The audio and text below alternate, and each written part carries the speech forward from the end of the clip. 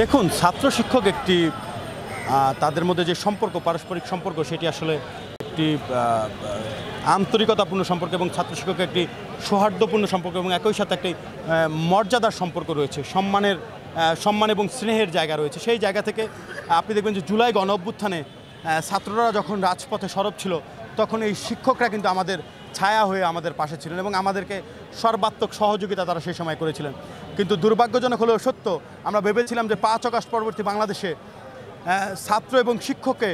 আর কোনো দাবি দেওয়া নিয়ে রাজপথে নামতে হবে না, কিন্তু দেখলাম যে একের পর এক বিভিন্ন যৌক্তিক দাবি নিয়ে বিভিন্ন সময় ছাত্র এবং শিক্ষকরা রাজপথে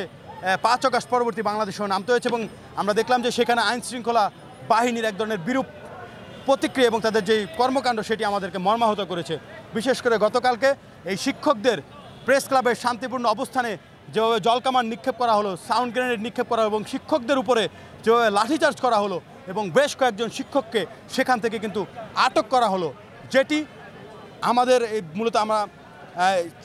শিক্ষার্থীদেরকে এবং আমরা যারা রাজনৈতিক ছাত্র সংগঠনের প্রতিনিধিত্ব করি, আমাদের হৃদয়ে এক ধরনের রক্তক্ষরণ হয়েছে।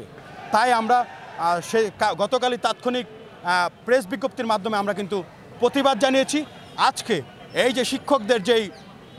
যৌক্তিক দাবিগুলো রয়েছে, ন্যায্য দাবিগুলো রয়েছে, এই ন্যায্য দাবিগুলোর প্রতি পূর্ণ সংহতি আমরা জ্ঞাপন করছি।